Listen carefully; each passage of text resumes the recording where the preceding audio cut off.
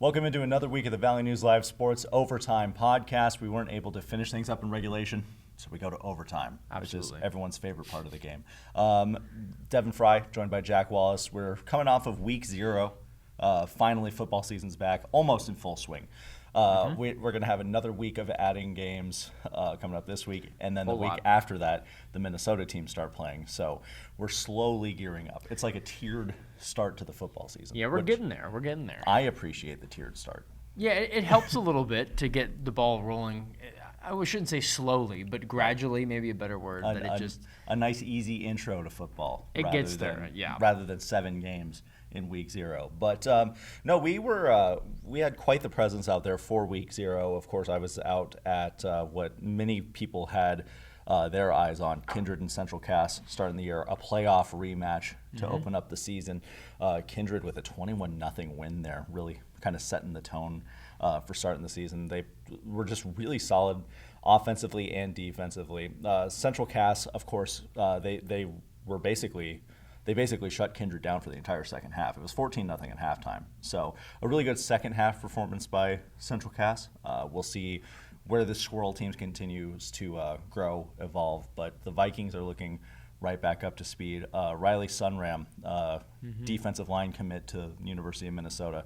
He is a presence out there. You see that kid wherever he is. The defense, you can never get more impressive than a shutout. I get you can't push below 0. Technically can't do that, but which is good for them to do and good for the confidence of the guys. Because you had, at least in what the media rankings have been, number 2, number 3. Which even without those numbers, you can pretty clearly say these are 2 of the best teams that are in the Class A division. So to see them go head-to-head in such a good game, such an early game, too, to sort of get that out of the way. I can kind of equate it when you think of these big college football rivalries that'll happen early in the year, how much that can differently affect how those teams can do down the stretch, because now you don't have that looming over you.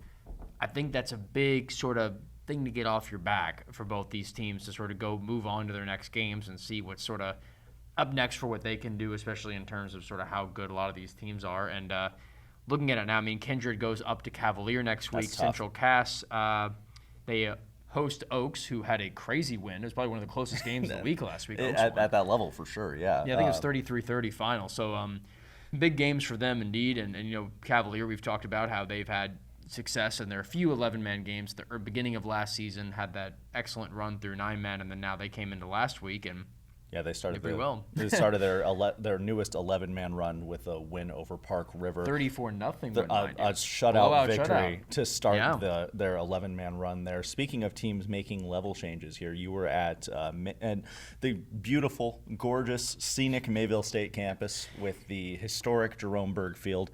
And I'm not being facetious. I went there. I love that place more than some places in my home state, and that's not even a lie. It is pretty historic. I did see the sign walking in of the 1941 plaque walking in. So it is quite historic there. It's cool to see. And I've been around for a baseball game before next door, so I've seen this field, not in action. Shout out to Scott Berry.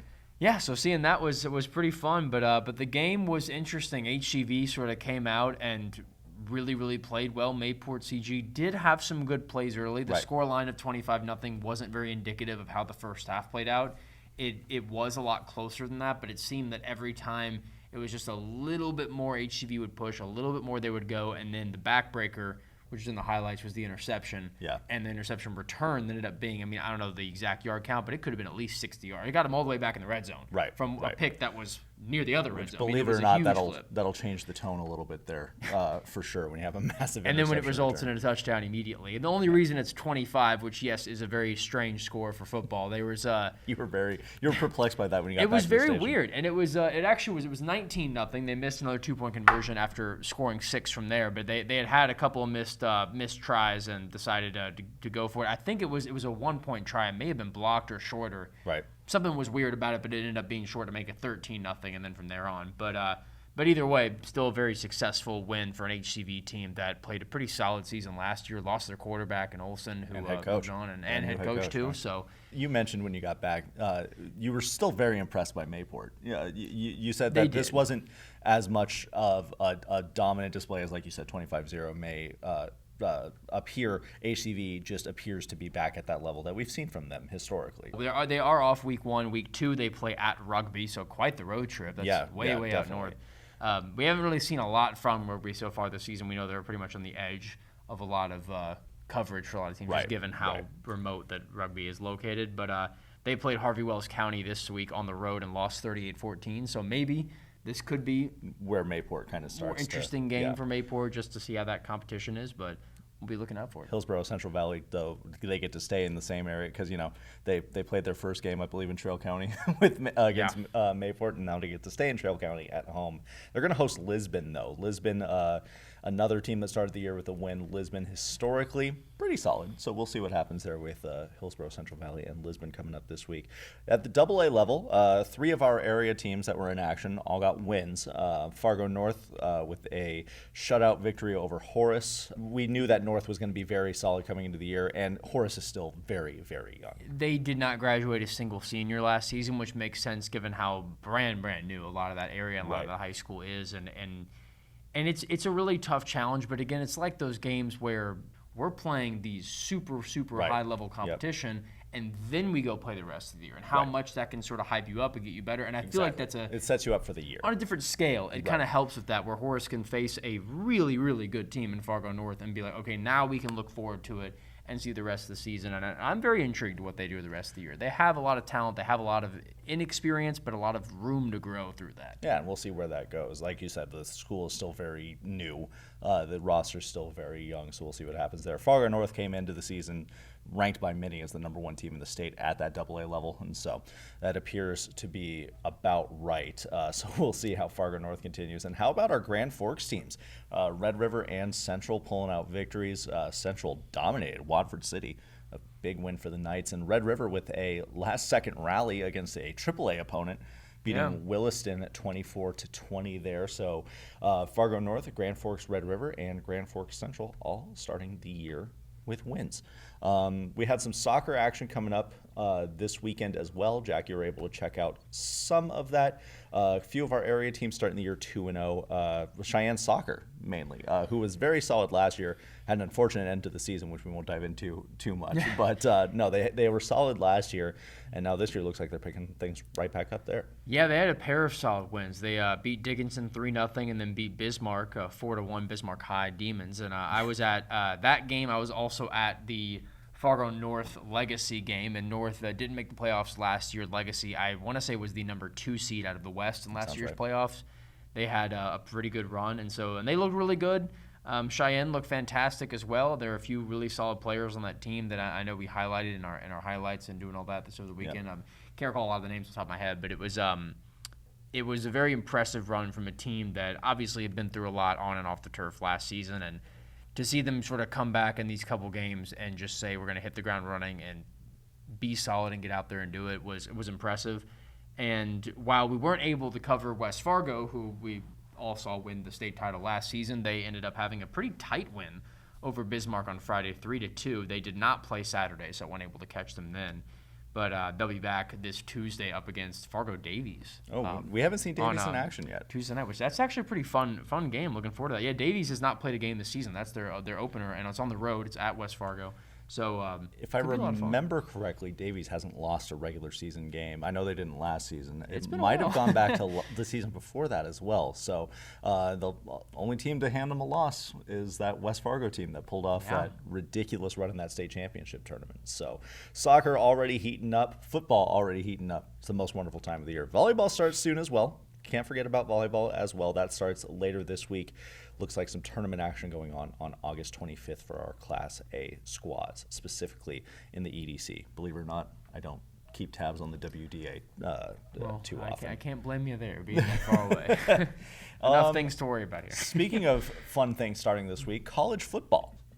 We, believe it or not, are only a few days away from the kickoff of the country's maybe the first game. There might be some other games going on, and there might be like a MAC game or something on Thursday. But no, the paint bucket game between Jamestown and Valley City, 2 former NAI rivals. Jamestown now D3, but I do love that they have that game every year and that there's so much behind it and that it's so competitive.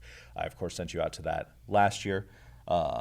it was always a fun environment, no matter whether you're in Valley City or Jamestown. The fan bases truly get behind those games. Yeah, so you need to kind of go to the other side of it now after being in Jamestown last year. That actually was my first ever live shot with Valley News Live, which that's fun. Which would also be my first ever live shot for any news. Right, I was going to say the first spot. So it's kind of neat in a way to sort of go back to that and see 40 odd live shots later down the road to be now.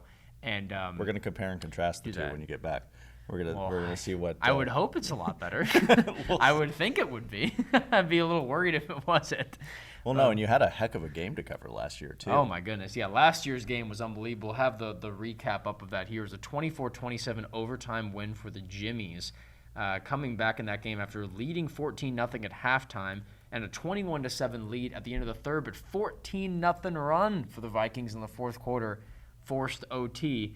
And then overtime itself was pretty nuts. A 36-yard field goal for Valley City set them up by 3 points. And then Jamestown, it was a Makai Madian 6-yard pass from Cade Torgensen for the touchdown and the win. So pretty unbelievable games. A shame that I missed that. It's the only downside of covering and doing all these games is to get back and be on time with it.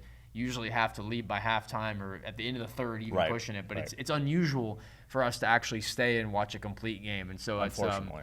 So yeah, for this one where it was sort of this not super close game for a lot of it, and then all of a sudden all the fireworks at the end. So it's a shame I missed it, but obviously the fans are having a ton of fun. Which is what really matters. It does. You're gonna want to, just a heads up for you, you're gonna want to get to the Locken Stadium a little bit early this time around. Those Valley City fans, they love to tailgate. And the Jamestown fans also love to tailgate. So just be prepared. It's going to be a little bit busy. I had a funny side entrance in the stadium in that game, so I missed the tailgates when I was going in. But trust me, you'll have to walk right by them at Locken. I've been there plenty of times, only a few times as a reporter. Speaking of football, the only kind of new developments we've seen on the college football front is the Concordia Cobbers. They've kind of hit the halfway point of their camp. We had their media day check-in with them. They got some senior veteran leadership. The main focus of that, of course, being head coach Terry Horan. Horan has been there for, I believe, 23 years. They do also have Cooper Mattern returning at quarterback. There's Ty Mosier anchoring the defensive side for linebackers. So some good returning faces there that are going to help kind of steer the way for Concordia. Well, looking at new faces, a new face that we certainly covered plenty last year, Jordan Summers, freshman running back from DGF. Yes. Big-time guy that we've had a few games we covered. Of course, him in the state championship game had one heck of a game despite one of the wildest endings that we've seen of and we saw plenty of unbelievable endings at US Bank Stadium just last season. We've seen too many incredible endings. This high school state championship game is right above. And that might have been the wildest. So he was in that game, and to see him now go over to Concordia and be somehow even closer for us to cover is pretty fun. Yeah, but, by a couple miles. It's not like it's. But it is. It is closer. It counts. That's what really matters. It's cool to see, and obviously his career there was incredibly impressive, and it'll be a lot of fun to get to see some more of him at a collegiate level. Football players for North Dakota State still plugging away at fall camp. Other North Dakota State sports gearing up. Volleyball, they held their first scrimmage back on Saturday, and this is a team that's going to have to replace some firepower for sure. Syra Tanchin and Michelle Artis are out of there, but they do still have some familiar names for sure. Allie Hinsey, Alexis Bowling, Logan O'Brien had some games for them there. And then, of course, the setter, Kelly Johnson, has been a steady force for that team. She's climbing up the assists rankings every single day.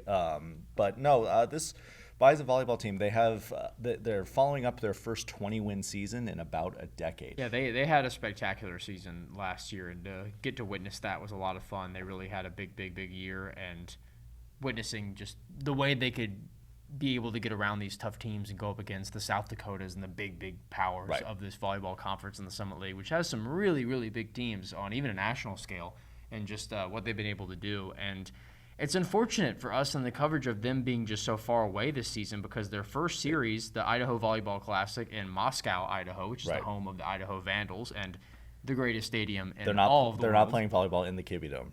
It's still the greatest stadium in the world, the Kibbe Dome. Don't get it wrong. Dayton tournament after that, which is in Ohio against Butler, Dayton, and then Ohio. And then they finally come home to the NDSU tournament, which that's up against Portland State and Toledo, and kind of then Portland State Toledo play that Saturday, so it's a Friday-Saturday whole thing. And that's all the way in September 8th and 9th. And then they hit the road again. They're out in West Virginia. So they're all the way out east. So that by the time they start conference play, their first conference game at home is against St. Thomas, September 28th, that Thursday night. That's a good ways from now. That's a lot of traveling for them to do, a lot of traveling for us to be able to try to see them. So it's a really busy time for this team. It's got to really go quite literally all the way across the country back and forth. Well, one thing I tend to ask about that almost on an annually basis at this point. I talked to Coach Jennifer Lopez about all the travel to start the year, all the different opponents that they start every year against, because they don't tend to play the same non-league teams. They tend to compete in these kind of tournaments situations, and she says that helps them. It kind of sets the tone for the start of the year. It gets them used to adversity early because they're going to have to go on long road trips. We're at North Dakota State, and so they get kind of used to that and get going, and that's going to be more important this year as they look to build chemistry with some important pieces missing. I talked to Coach Lopez just last week about the progress that she's seen from those players so far this season, and here's more from Coach Lopez. First and foremost, getting the group back together, how's it feel to just be back out here in full swing? It feels like we were just talking about this as coaches. It feels like we never stopped. And we were fortunate to have some time with our returners end of May and into June. And for us to kind of be back now, it feels like we never kind of stopped with them, even though we did, which is kind of a fun and neat experience to have. It feels like there's a little bit of turnover from last year's roster to this year's roster. How important are those returners going to be to your guys' success this year? I think with any program, and regardless of sport, anytime you can have a lot of returners or those that have seen play time and have that experience, I think is going to benefit you in a lot of ways. And I think we're seeing that even after practice number 1, able to see some of that, which is exciting for us, but also makes us even more hungry for kind of what's next. I imagine you've kind of had in your mind who's going to be the leaders on this team going into the year. What have you seen from them throughout, the quote-unquote off-season that you guys have been going? I think positionally and just experience, they put in a lot of work to get better, to hone in on their craft, but also make sure that they are taking care of kind of everything else that's going on within the team. And it's not always on them. I think our team does a really good job of finding that balance, and everybody kind of has a role when it comes to that leadership and how they have that impact. And so it not having to rely on 2 people can be a really positive thing. But our team has a very good understanding of what that needs to look like in order to have some success. In a sport like volleyball, how important is that? How much of an X factor is that consistency going up and down the roster when you have any number of players that you can rely on as a coach? It makes it tough on my end, but also it shows what our kids have been doing and what they're trying to work for, and knowing that whoever needs to kind of step in at any time is ready to go, I think is going to be a really positive thing for us. When I was looking at the roster for this year, obviously what stuck out to me was it seemed, losing some firepower a little bit in Cyra Tanch and Michelle Artis. How do you go about replacing that kind of offensive power as a coach? Yeah, we talked about it a lot. I mean, that's a lot of points on the offensive side that we scored from those 2. And so trying to replace how we're scoring points in a little bit different way, whether that's got to come from our server or defense, are definitely areas that we're looking to improve and get better at, and finding the balance along the front row and it not just be a left pin or middle position where we're looking to score those points, and how we get that out of the back row and right pin, I think is a really big focus of ours this preseason. Let's talk to a couple of your seniors. What's it been like seeing that class kind of come up to where they're at right now? It's so cool to just see their evolution. And God, they were just so young when they started, and to see them now and not a care in the world and confident in who they are, and to see them grow as women and kind of what's next in their lives too is fun to see. And now we get a whole new group of freshmen starting their path, and so it's always fun to see the process happen. It's a bit more special part of the game for you as a coach, right? The off the court stuff maybe as much as on it. Oh, it is. It is. Lastly, who do you think is somebody to particularly watch for this year? As you look to establish who your playmakers are, you mentioned it might be coming from up and down the roster. Kind of who should people be keeping an eye on this year? I think for sure, we've heard and seen a lot of Kelly, seen a lot of Allie, and those are going to be 2 key players for us. But I also think we're going to see a lot of things from our middles, whether that's Allie Barth, Alexis Bowling, and being able to move those 2 around. I think some of our freshmen are going to see some time in there too, whether that's Ari or Lauren or Emma. But I also some of our pins that have worked through these last couple years with Morgan and Bailey and Alex, and kind of fitting in within some of those roles, I think are going to add a lot of different pieces on any given day. And so it's kind of nice to be able to have different choices, but also our team be able to use all of them. Again, the volleyball team starts the regular season on August 25th. That's this Friday. They're going to be on the road in the Idaho Volleyball Classic in Moscow, not playing in the Kibbie Dome. Shoot. I imagine there's a different volleyball situation. They play there. a lot in the Kibbie Dome, though. That would be tough to do volleyball. Yeah. Shifting gears now, soccer team back in action. They actually had their first regular season games at the end of last week after a couple of exhibition games, losing an exhibition in Minnesota and winning one against Manitoba. Their first regular season game, they didn't lose, and that's good. They fought to a draw with Boise State. A freshman scored her first ever collegiate goal there to kind of seal a last-second draw for North Dakota State. I'm looking up the name right now. Tyrese Zacher scored her first collegiate goal to end up forcing that draw. And then, Jack, you made the trip to Dakota Field on Sunday to check out their game against Montana. Yeah, Montana's a very tricky team because they gave NDSU a whole heap of trouble last season. It ended up being a 3-0 final, and that one out in Missoula. But NDSU did play a better game in this one, despite struggling a little bit out the gate, because it was only I think it was within the first 4 or 5 minutes that Montana opened up the scoring, already got one in, and then within a span of, I think it was about a minute 30 seconds, back at about the 10 to 15 minute mark, they then bagged in 2 more. Right. And so at that point, it's like, all right, you're 15, 20 minutes into the game. You're down 3-0. You have to find a way to crawl back.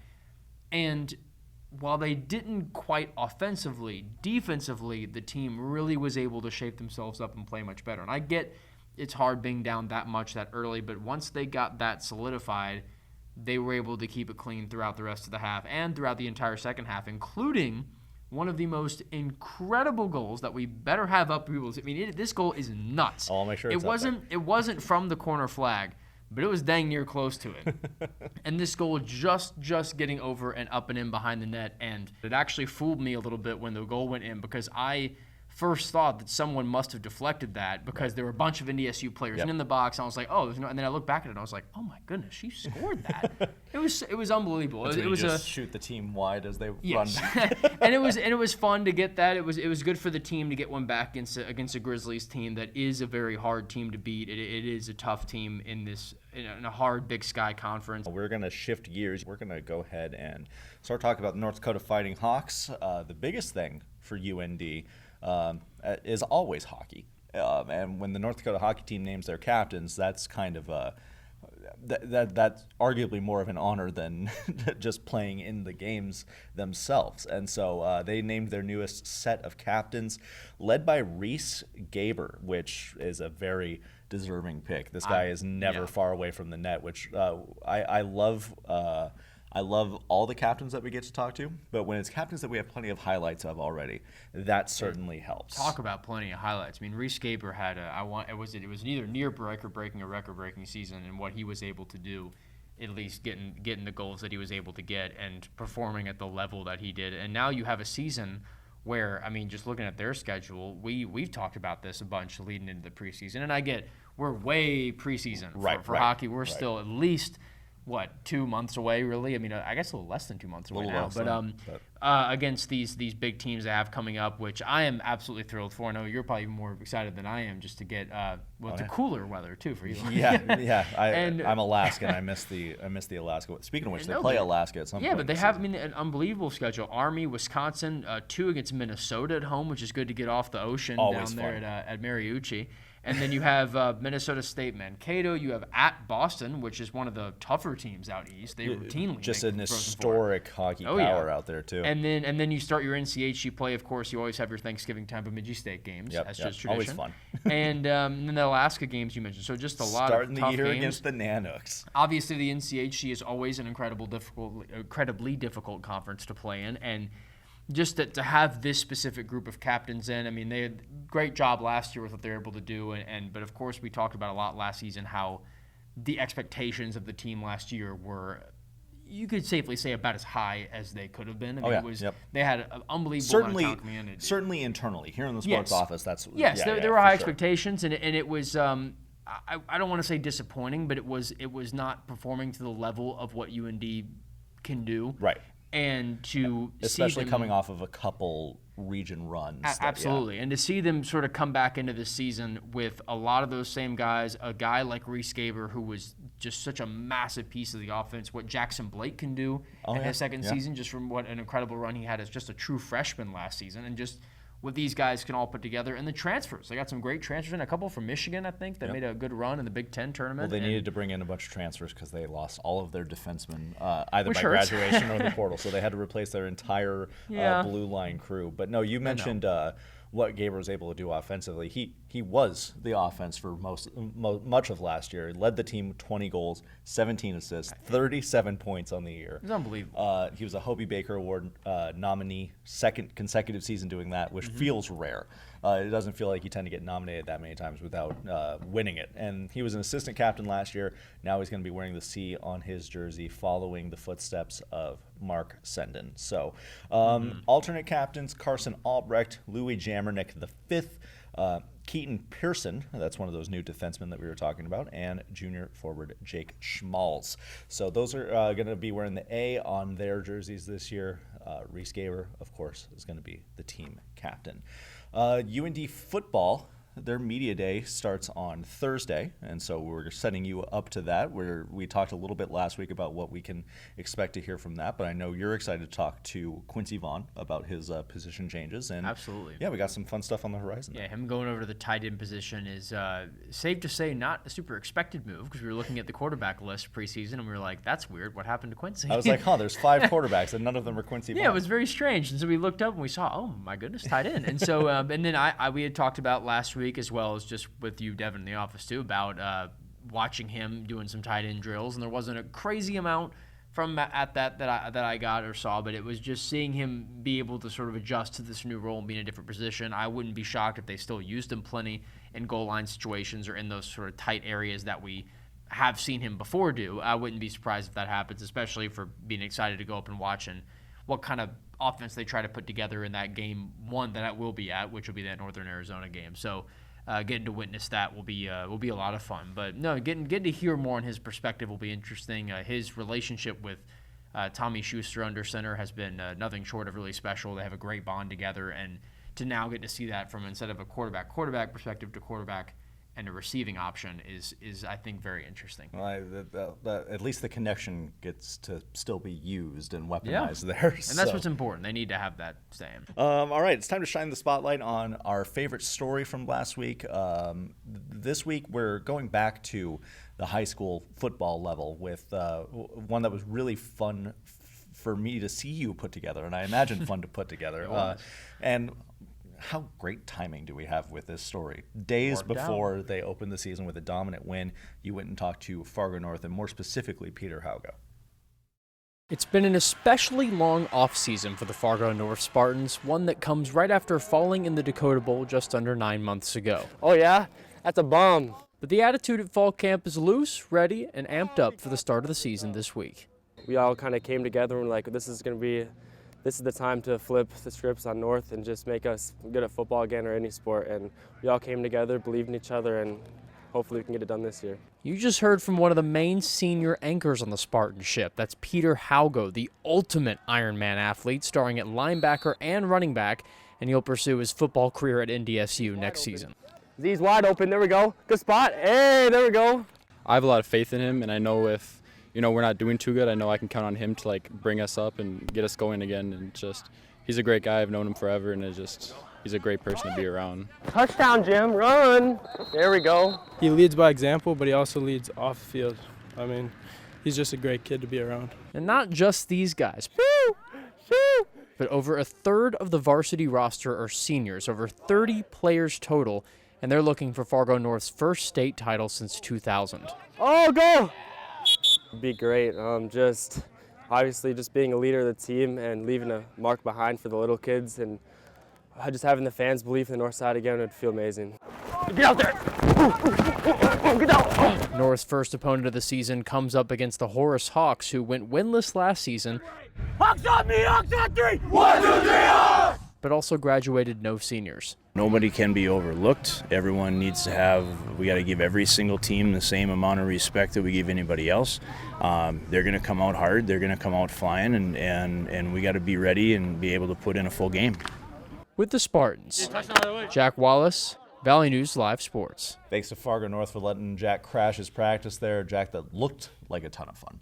It was a nice time being out there and just sort of getting to dive into it more. It's always fun going to these practices, whether it's college or high school, and just getting to talk to the guys and sort of see how they talk to their own peers, their own teammates, their own coaches, and sort of how the coaches talk back to them. I mean, I've as you've seen, mic'd up coaches, mic'd up players, had different perspectives on these kind of things and across different teams, different levels, and getting to see that, I think, is really beneficial because it just gets an extra view into what it's like for them to train to be able to get to the level that we see. And, we on a very different level, but we saw that with, I mean, if anyone's watched, like, the quarterback special on Netflix, and just, like, how, not saying my stuff is the same as that, but the general perspective of, like, getting to witness what these guys do in their off time or in their practice time and their training time, and just how they're able to get themselves ready to go to be these stars or big players or to make these big moments that we all see and love. And it's neat to see that, even on an obviously different scale on a high school level, but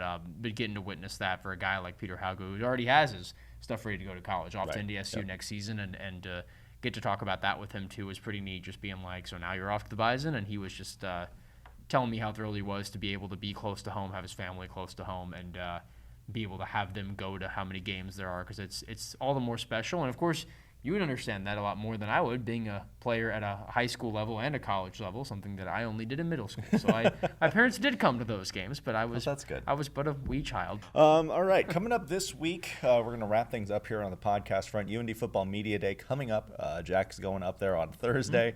And speaking of Thursday, Jack is then taking a trip to Valley City for the Paint Bucket game. He's going to be live out there, so stay tuned for that one as well. Long day. Long day. Fun day. But fun content, and that's what really matters. The FM Redhawks starting to hit the home stretch of their season. They're half a game behind Lincoln for that 4th spot in the West. It's only 4 teams make it. So it's all going to come down to this last stretch of games. So stay tuned to Valley News Live as we follow that. And then on Friday Night Live's getting cranked up a little bit. Last week we were able to do plenty. We got a ton of fun stuff covered and some great games. This week we're going above and beyond. Our AAA teams are in action, so we're going to be out there. We got Bismarck at Shanley, Mandan at Davies, and then our friends out west at K-Fire TV are going to help us out with West Fargo at Century Highlights, Cheyenne at Legacy Highlights. Jack, you're going to be making another trip to Fargo North, Grand Forks Central at Fargo North, and then you're going to make a quick trip to South as well, Williston at Fargo South. And then the plan is to get Kindred at Cavalier as Cavalier continues their first 11-man season, and Kindred looks to keep up the momentum that they gained last week. We're going to try to get all of those games, 7. It's a fun matchup, really. No, and the funny thing about North is that despite me doing this package on them, watching them in the state championship game, and then helping you set up for your live shot a year ago with Fargo North, that I remember all that, I have yet to actually witness Fargo North play a game at Spartan Stadium. Well, it's kind of funny that, like, I've sort of seen them in every way I can except for that. Well, now you get to see them play Grand Forks Central, which I'm excited about. They're both undefeated. Exactly. So someone's got to go down. Battle of our 1-0 AA teams. No, it's going to be an exciting week for Friday Night Live and an exciting week of content, as always, here on Valley News Live. So stay tuned here. Thank you for joining us for our second edition of the Overtime Podcast. We'll see you on TV.